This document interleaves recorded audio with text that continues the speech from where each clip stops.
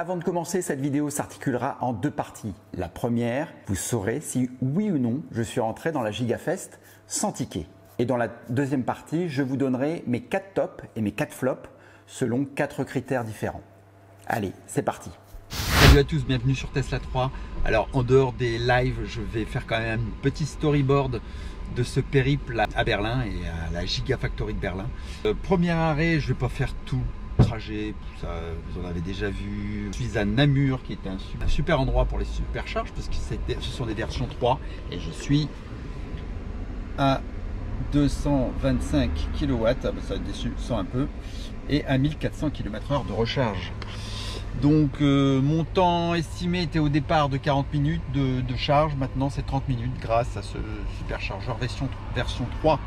Prochain arrêt, a priori ça sera Kamen en Allemagne. Je ne vais pas trop monter trop d'étapes, ce qui importe dans cette vidéo c'est ce qui va se passer à Berlin et mon parcours du combattant pour essayer de rentrer dans la Gigafactory ou la GigaFest. C'est pareil, la GigaFest, c'est ce qui se passe dans la Gigafactory de la Giga Berlin. Tout est giga. Le giga trajet, la giga challenge. Faut quand même que je vous montre l'arrière. Voilà, c'est mon petit nid pour ce soir si j'ai pas d'hôtel. Voir si je me rapproche suffisamment de la Gigafactory.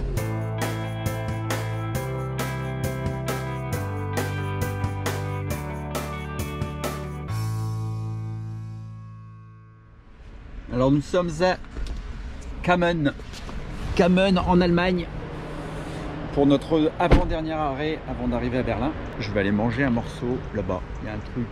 Dernier arrêt à Loeno avant d'arriver à Berlin. La route se passe plutôt bien, il est 21h30. Je commence un petit peu à fatiguer.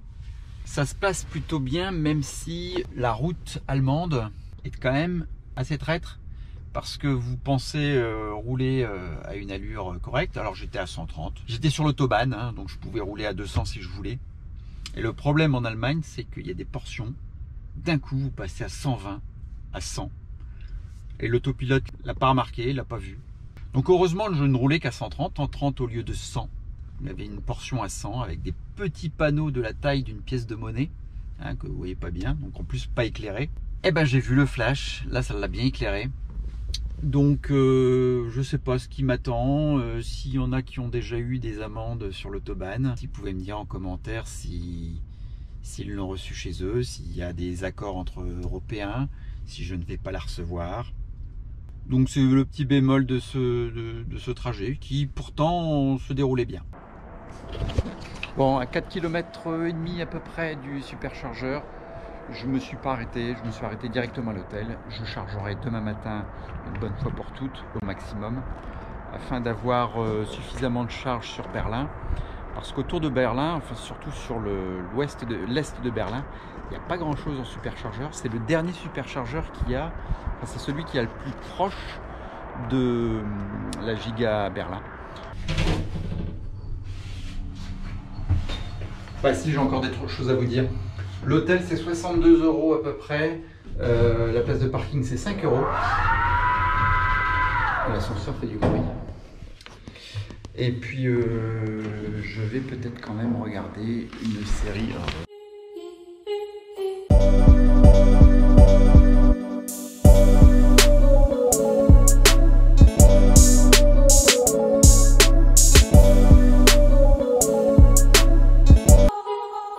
Vous connaissez Squid Game, la série coréenne?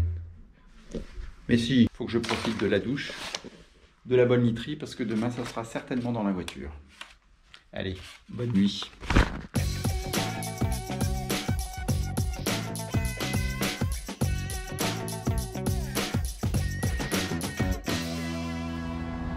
Good morning Berlin.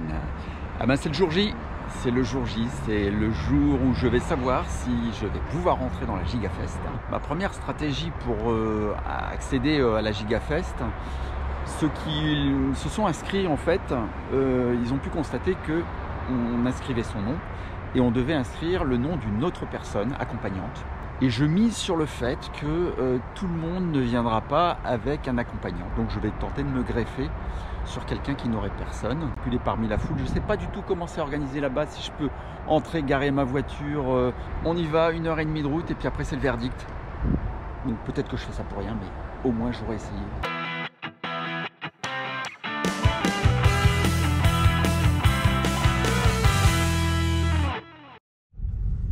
Des bannières écologistes.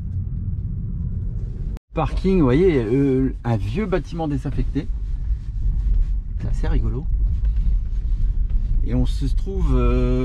alors regardez, ici on est là et la foire est là.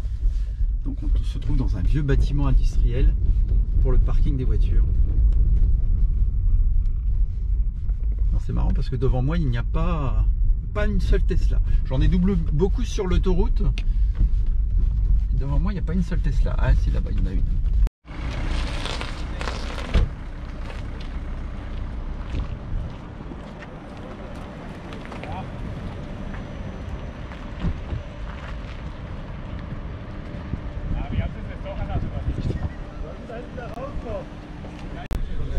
Donc nous allons devant l'entrée de la Giga Berlin. Me voilà arrivé sur site. Il y a un Tesla Ranger. Ouais.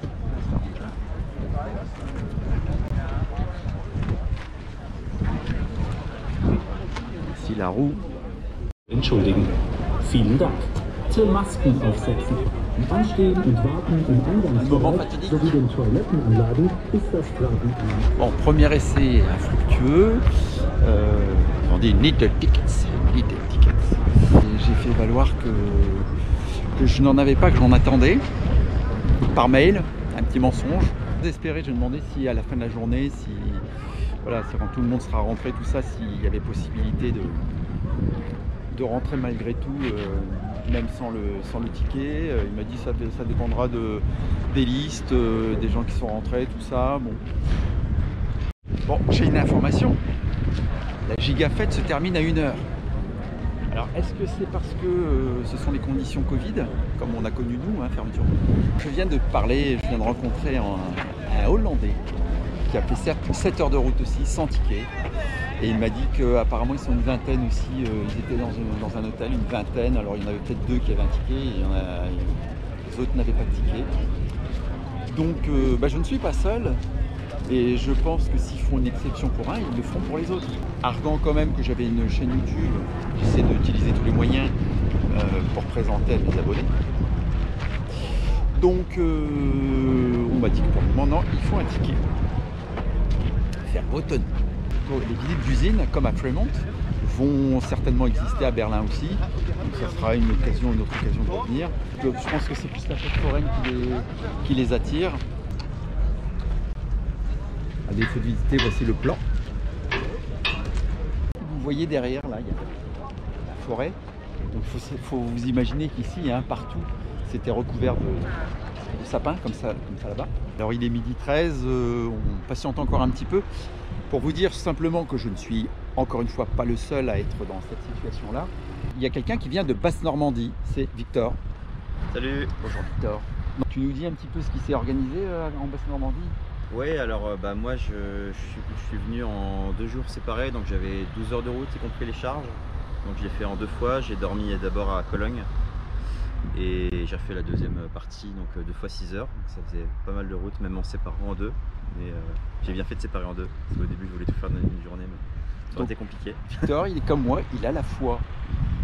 Plus que moi encore, parce qu'il vient de Basse-Normandie. Il n'est pas tout seul, vous êtes combien?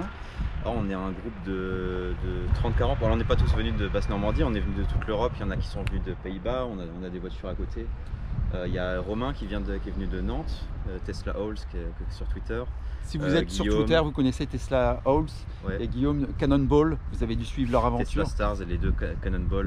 Donc la voiture elle est juste à côté ici, donc ils sont venus aussi sans ticket. Matin. Et eux ont réussi à rentrer. Guillaume et Romain sont rentrés. Ah d'accord. C'est pas vraiment comment. Bon, on n'expliquera pas comment. Mais l'essentiel c'est qu'ils soient rentrés. Donc voilà. On ne désespère pas, c'est possible. On va essayer. Même on va laisser passer le flux. Là, des gens qui rentrent, qui ont leur vrai ticket, enfin qui ont leur ticket et puis qui peuvent rentrer. Peut-être que s'il y a des gens qui n'ont pas pu se déplacer, si la jauge n'est pas atteinte, voilà, on espère qu'ils puissent nous faire rentrer. Alors, vous n'avez pas vu sa voiture? La voiture, c'est un bleu, mais un bleu mat, un covering. Ouais, c'est un film de protection de peinture, un PPF, qui est effet mat. Donc ça protège en plus des aspects comme ça, je me suis mis en contre-jour.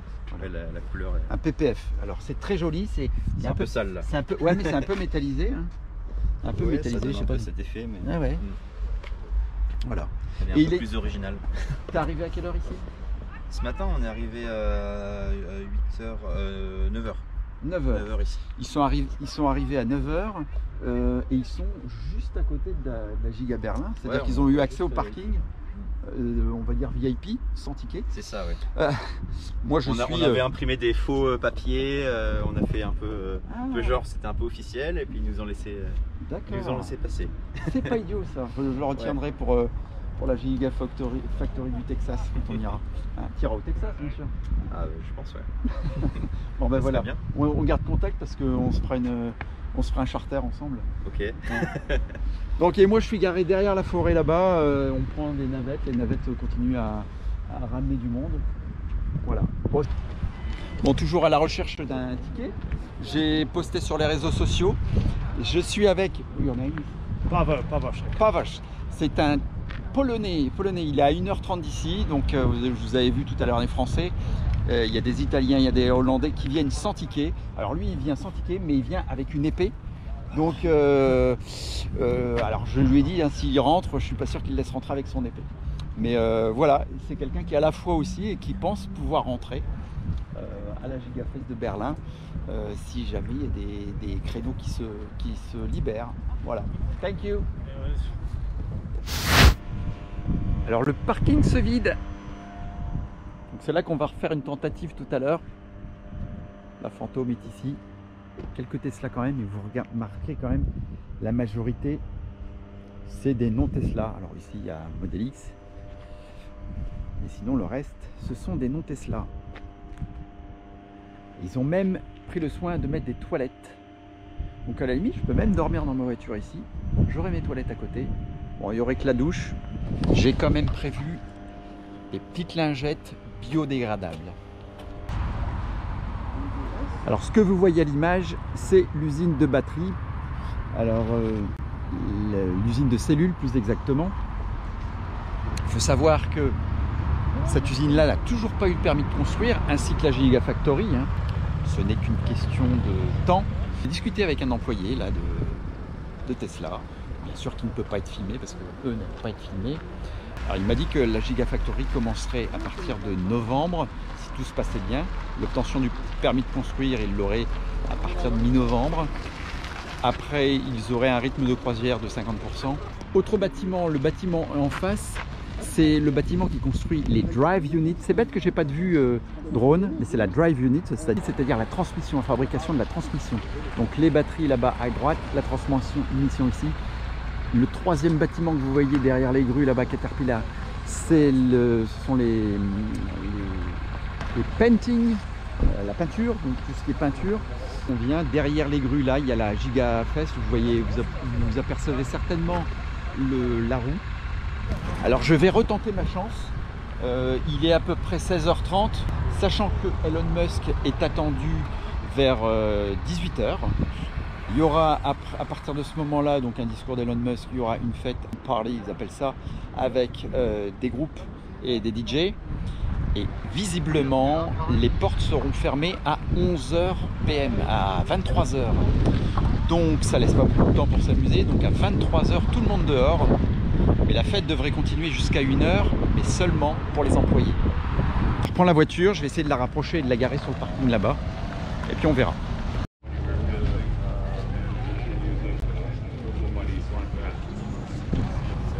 Je ne sais pas si vous l'avez vu en tout petit sur l'écran. Elon Musk était en train de faire un discours.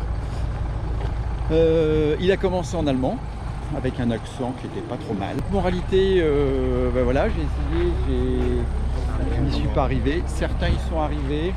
Et puis moi je suis pas très discret avec ma casquette et puis mon micro avec bonnette. Donc voilà. il fallait être discret. Tant mieux pour eux. Une quarantaine de personnes qui attendent dehors sans ticket pour espérer encore pouvoir rentrer. Les astronautes ne sont pas rentrés, ils sont partis. The Witcher, il est parti aussi, donc tout le monde s'en va. Je pense que c'est pas la peine d'espérer. Il faudrait quand même tester ce genre de choses, une inauguration comme ça aux États-Unis, voir si les Américains, eux, sont un petit peu plus cool, un peu plus permissifs. La capacité de 9000, je peux vous dire, il n'y a pas 9000 personnes à l'intérieur. Il y a beaucoup de monde qui est parti. Déjà, il fait froid, et le soleil vient de se coucher. Alors, voilà, bah, il se couche, vous voyez, derrière moi. Beaucoup de personnes de partie, donc c'était pas trop gênant de faire rentrer une quarantaine de personnes comme ça, en vérifiant leur passe sanitaire, bien sûr. Je suis parti bredouille. J'ai le petit trophée, ça, estampillé Tesla. Ça sera le souvenir. C'est un poncho. Je l'ouvre pas, hein, mais c'est un poncho comme quoi ils avaient tout prévu. C'est-à-dire que s'il flottait, ben, les gens auraient eu un poncho. Je vais pas dormir dans la voiture, je pense que j'ai le temps. Là, j'ai le temps de faire un petit peu de route de retour et puis de trouver un hôtel sur la route. Voilà. Je pense à beaucoup de personnes, je les ai remerciées déjà en live et puis sur les commentaires. Donc je les remercie beaucoup. Et je voudrais remercier aussi une partie de la communauté de Tesla enthousiastes. Parce que je sais que Anthony a fait un live et je l'ai suivi pendant que je rechargeais ma batterie, j'ai regardé son live et il y a des gens qui disaient tu peux pas aider Tesla 3 Steph à rentrer tout ça. Honnêtement, il ne pouvait absolument rien faire avec des gens comme ça, des chiens de garde comme ça, il peut absolument rien faire. Donc je remercie tous ceux qui ont sollicité, les gens à droite à gauche. La prochaine fois, je m'y prendrai un petit peu mieux. Bon là on était un petit peu pris de court par cette histoire de billets. Je pense que pour la Gigafactory numéro 5, c'est-à-dire à Austin au Texas, si vous voulez que j'y aille, abonnez-vous. Abonnez-vous. Augmenter ma communauté et peut-être qu'avec un nombre suffisant d'abonnés, Tesla m'enverra peut-être des tickets à mon adresse mail. Bon allez, je retourne. Et non, je ne suis pas parvenu à entrer, mais malgré cette déception, je vous propose de faire un inventaire de mes 4 tops et mes 4 flops. C'est parti. Premier critère, la giga-sécurité. Elle était au top. Vous l'avez constaté, impossible pour les simples badauds d'accès à la giga et sans ticket. Même la mère d'Elon Musk ne pouvait prétendre entrer sans le précieux sésame. Cette rigueur relative permet de contrôler les entrées au millimètre. En entrant, on contrôlait votre passe sanitaire, votre pièce d'identité, votre billet et enfin votre sac à dos. Par contre, c'est aussi un flop. Sur le papier, c'est infaillible, mais je peux vous affirmer qu'au moins une personne est passée vers 17h30 sous les banderoles et qu'elle faisait partie des 40 qui attendaient un geste du service d'ordre. Pourquoi est-ce un flop? Étant donné la foule qui était ressortie avant même l'intervention d'Elon Musk sur scène, la jauge pouvait permettre largement de faire entrer les quelques 40 personnes, dont moi, qui attendaient à l'extérieur. En permettant cela, chaque entrant aurait été palpé et les sacs à dos auraient été contrôlés. J'ai discuté avec le Tchèque qui est entré et c'était un vrai fan de Tesla. Mais que serait-il advenu si cette personne était un extrémiste écologiste chargé de mauvaises intentions dans son sac à dos? Enfin, cette photo vous montre un membre officiel du Tesla Owners Club Germany qui a un bracelet. Figurez-vous qu'elle est sortie 30 secondes pour prendre la pose devant ces 2 pseudo-astronautes qui n'avaient eux non plus pas de billets, et a dû négocier pendant 5 minutes pour pouvoir entrer de nouveau car il était inscrit. Deuxième critère, la gigabilletterie. Pourquoi c'est un top? 1,9 million selon une source et 2,5 selon un employé Tesla. La demande en ligne de billets a fait un carton. Une base de données gratuite que Tesla ne manquera pas d'exploiter pour faire la promotion de ses prochains produits ou événements. Bien vu et bravo Tesla. Par contre, c'est aussi un flop. Encore une fois, il était légitime de donner priorité aux Berlinois pour les désagréments causés, mais je peux vous garantir qu'ils sont nombreux à être rentrés chez eux avant la tombée de la nuit et avant même l'intervention d'Elon Musk. Pour la plupart, c'était le Factory Tour qui les intéressait. N'aurait-il pas fallu faire une billetterie le dimanche, spécifique pour les Berlinois, et réserver plus de billets aux vrais passionnés de la marque pour faire une vraie gigafest entre fans de la marque? Troisième critère, la giga communication. Oui, c'était le top. Chaque événement de toute manière créé par Tesla est un succès relayé par de nombreux médias. L'originalité de ce rassemblement, ressemblant plus à une fête foraine qu'à une inauguration en tant que telle, casse les codes. Là encore, bravo Tesla. Mais c'est aussi un flop. Si certaines chaînes de télévision se sont elles aussi cassées le nez sur les cerbères de la billetterie, les chaînes YouTube ne sont pas en reste, et j'inclus ma petite chaîne dans le lot.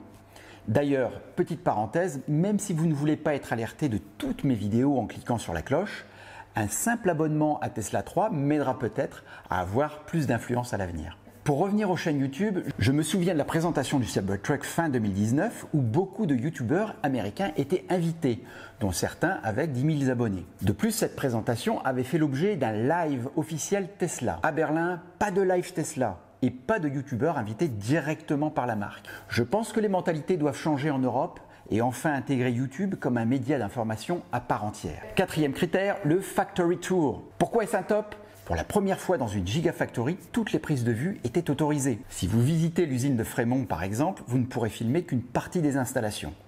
Les vidéos devraient donc être légion sur YouTube très prochainement. Mais c'est aussi un flop. Pourquoi ? Naturellement, ce Factory Tour ressemblait plus à une visite de musée qu'à un véritable tour sur la chaîne de production.